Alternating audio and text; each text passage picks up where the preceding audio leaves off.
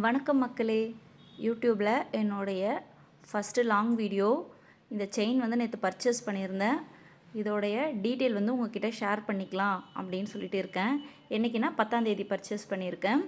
So 10ஆம் தேதி வந்து பர் கிராமோடைய ரேட் என்ன அப்படின்னா 11,350 ரூபா.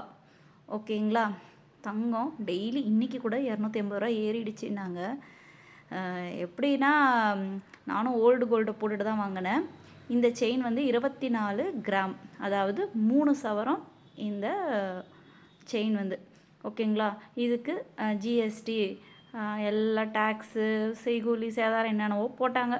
போட்டுட்டு இதோட ப்ரைஸ் என்னன்னு சொன்னாங்கன்னா 3,03,497 ரூபா அப்படின்னாங்க. ரொம்ப டீப்பாலாம் இவங்களை கேட்டு நமக்கு அது விளங்க மாட்டேங்குது. என்ன சொல்கிறாங்களோ அதை நம்ம கொஞ்சம் கேட்டுக்க வேண்டியதாக இருக்குதா. அப்புறம் என்னுடைய ஓல்டு கோல்டு வந்து போட்டு தான் இதை வாங்கினேன். கையில் கேஷ் வச்சுட்டுலாம் இதை வாங்கலை. என்னுடைய ஓல்டு கோல்டு வந்துட்டு ஒரு 27 கிராம் 460 மில்லி இருந்துச்சு. இருந்தாலும் நீங்கள் போய் இதை உருக்குனதுக்கப்புறம் தான் நாங்கள் திருப்பி வந்து இதோடைய ப்ரைஸ் வந்து கிராம் வந்து ஃபைனல் பண்ணுவோம் அப்படின்னு சொன்னாங்க. சரின்னு உருக்கிட்டு வந்து பார்த்தா 26,911 மில்லிகிராம் இருந்துச்சு. ஓகேங்களா? கிட்டத்தட்ட ஒரு 549 மில்லி வந்து அரை கிராம் வந்து காலி. கேட்டால் இதில் அழுக்கு வேஸ்டேஜ் அப்படிலாம் இருக்கும் அப்படின்னாங்க. அதுவும் போனால் போதுன்னு விட்டால் இந்த கோல்டெல்லாம் வந்துட்டு எங்கள் கடையில் நீங்கள் பர்ச்சேஸ் பண்ணலை, அதனால் வந்து 3% வந்து நாங்கள் வேஸ்டேஜ் போடுவோம் அப்படின்னு சொன்னாங்க. வேஸ்டேஜ் போட்டு எவ்வளோ சொன்னாங்க அப்படின்னா ஒரு 3,06,000 சொன்னாங்க. அதுக்கப்புறம் ரொம்ப ஃபைட் பண்ணிவிட்டு என்ன 3% வேஸ்டேஜ் போட்டால் எப்படி, கழிச்சிட்டிங்கன்னா எப்படி அப்படின்னு சொல்லி சண்டை போட்டதுக்கப்புறமா 2% அதை மாற்றினாங்க. 2% மாற்றினதுக்கப்புறமா ஒரு 3,09,477 ரூபா வந்துச்சு. ஓகேங்களா? அப்போ கூட அந்த 2%ன்றது வந்து ரொம்ப அதிகம்தான்.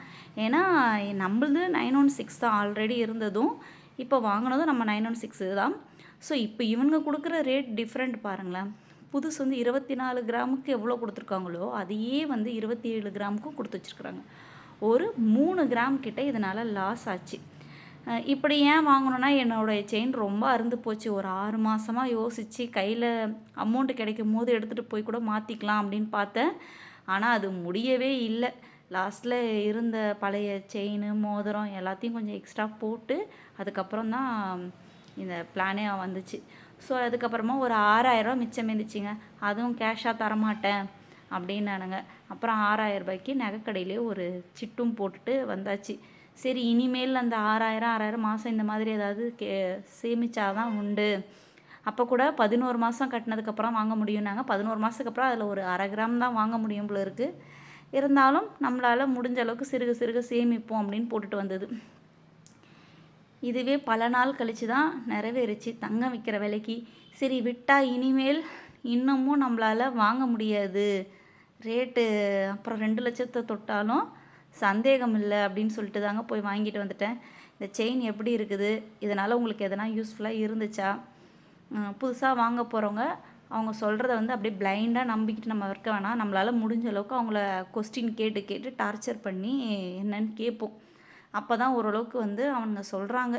இல்லைன்னா அவங்க சொல்கிற விலையை தான் நம்ம வாங்கிட்டு வரணுன்ற மாதிரி எழுதப்படாத ரூல்ஸ் ஆகிடுச்சு. இது வந்து நான் ஜிஆர்டியில் பர்ச்சேஸ் பண்ணேன். சமீபத்தில் கொஞ்ச நாளாகவே இதெல்லாம் வாங்கினா ஜிஆர்டிக்கு தான் போகிறது. நான் போட்டுட்டு இருந்தது வந்து ஒரு 18 வருஷம் செயின்.